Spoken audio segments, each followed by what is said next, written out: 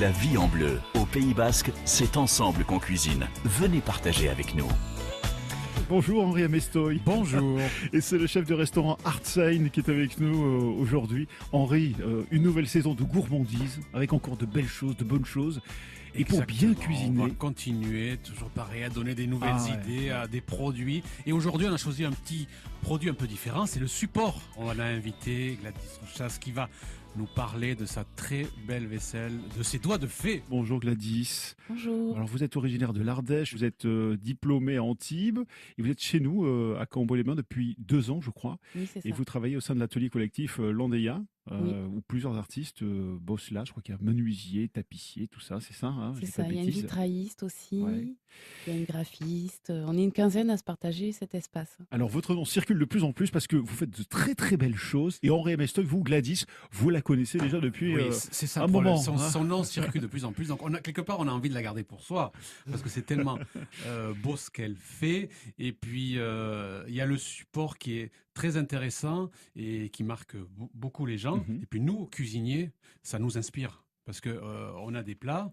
Et après, le fait d'avoir une nouvelle assiette, on a une créativité qui se met en place, qui est très, très intéressante. Alors on est à la radio, on n'a pas d'image pour illustrer ça, mais expliquez-nous quel est le point commun entre vos assiettes, les tasses que vous faites, le petit pot que vous avez porté ici ce matin. Je pense que ma céramique est plutôt épurée, un Mhm. style assez simple, justement pour qu'on puisse sublimer le contenu.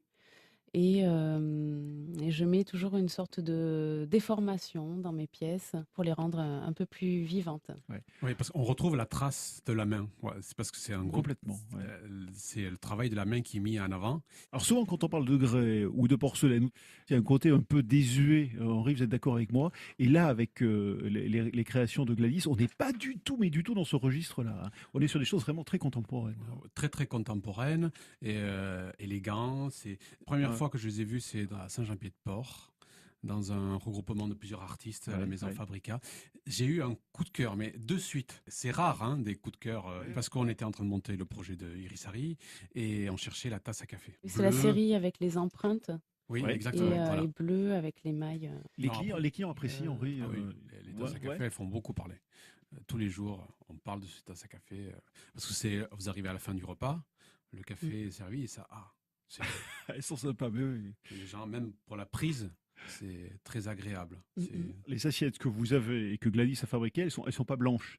Non, il y a Elles sont de j'ai quelle une couleur? série avec un liseré bleu. C'est une coulure, c'est-à-dire avant de les mettre au four, elle met une petite pointe de bleu. C'est le four du qui cobalt. donc vous avez cette goutte qui va plus ou moins dégouliner ou pas. Donc ça veut dire qu'on n'a jamais la même assiette. Et après à nous ça nous aide beaucoup à la créativité de nouveaux plats. Moi, ça m'aide beaucoup. Une nouvelle assiette. Alors le bleu, vous avez d'autres couleurs? Alors j'ai les tasses à café. Ouais. J'ai les Toujours les dans la petites même couleur, dans la même. c'est pas tout à fait le même bleu, je pense. Non, mais là, les assiettes, c'était en grès, Voilà. donc avec un émail un peu beige, satiné, avec pas mal de petites nuances. Et les tasses à café, c'est la porcelaine. Voilà. Et on a les assiettes à Les pain. assiettes à pain, déformées, porcelaine donc blanche c'est- aussi, ouais. Et les nouvelles, alors si je me souviens bien, elles sont plutôt sombres. Il y a du C'est, rouge. voilà, c'est un gris rouge. Mhm. Et avec le même émail qu'il y a sur le gris beige. Voilà. Mais sur cette terre-là, il ressort un peu différemment. Et on est plus dans le creux.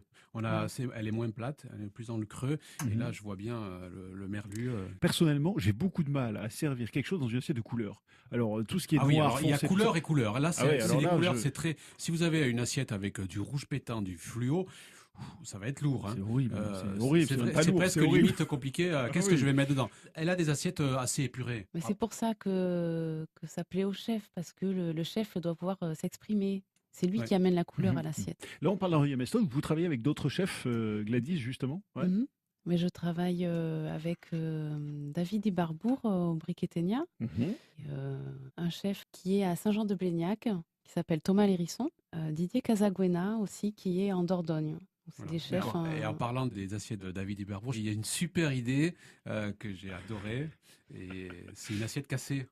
Donc ça veut dire elle est cassée au milieu. Ouais. Et ça veut dire que vous servez dans chaque moitié. Donc vous arrivez devant votre convive, vous allez lui servir une moitié d'un côté à droite et l'autre moitié à gauche, et ces deux assiettes, elles se collent. Et elles font beaucoup parler parce que justement, on se dit, mais on peut pas servir de plat en sauce. Oui, c'est ça, mais tout de suite. Mais finalement, c'est 2 plats en un. David arrive à mettre quand même des sauces, mais un peu denses. Mais qui se tiennent un petit peu, qui vont pas couler forcément. Il y a le rond de serviette qui est magnifique. Ah oui, ça plu en Ça, c'est des ronds de serviette en rotin, et avec un élément en porcelaine qui est à l'auberge Saint-Jean. Oui. Le petit vase pour mettre juste une fleur. Le soliflore. Le soliflore. Très sympa ça aussi. Là, on va bientôt penser à Noël et je trouve qu'il y a des très beaux. La création, c'est joli, c'est beau. Une fois que c'est réalisé, c'est magnifique. Mais il faut que ça soit solide, que ça passe sous le lave-vaisselle.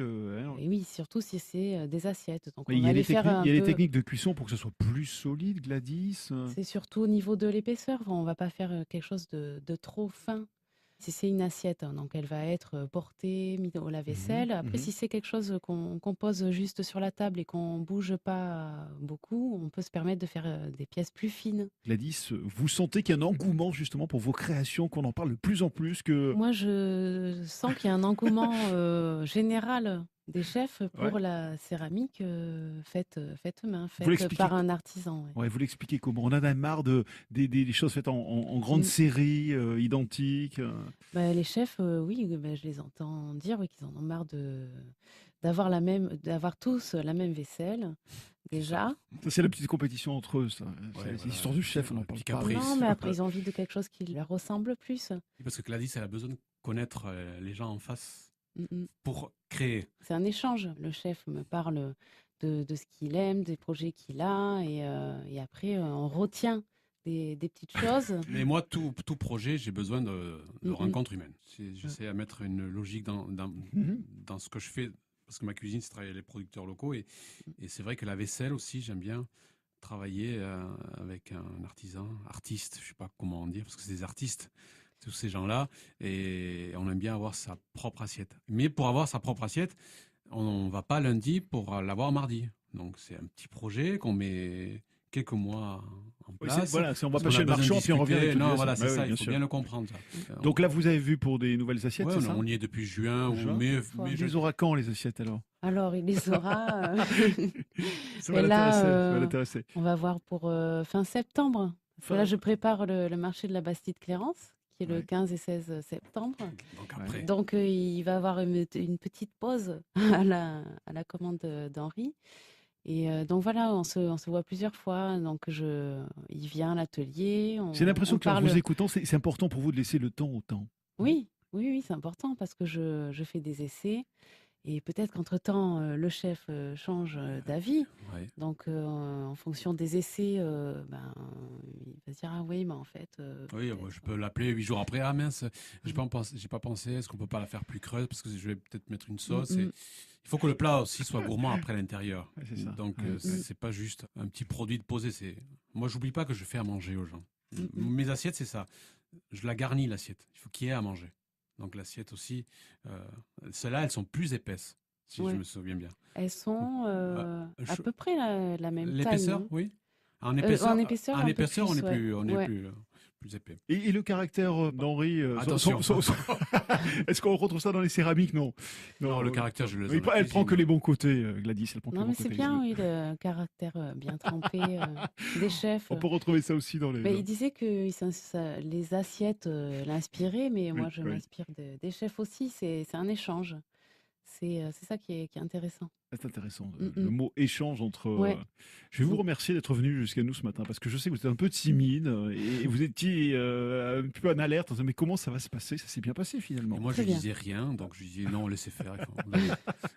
Non, mais voilà, c'est toujours une première expérience en tout cas. On vous retrouve sur le net? Vous avez un petit site, on peut voir vos créations? J'ai un site, c'est gladysrocha.com, et j'ai un Instagram nouvellement, voilà. Très bien, pour voir vos photos et les créations. Merci Gladys, merci d'avoir été avec nous en tout cas. Merci beaucoup. Merci beaucoup. À bientôt. Au revoir.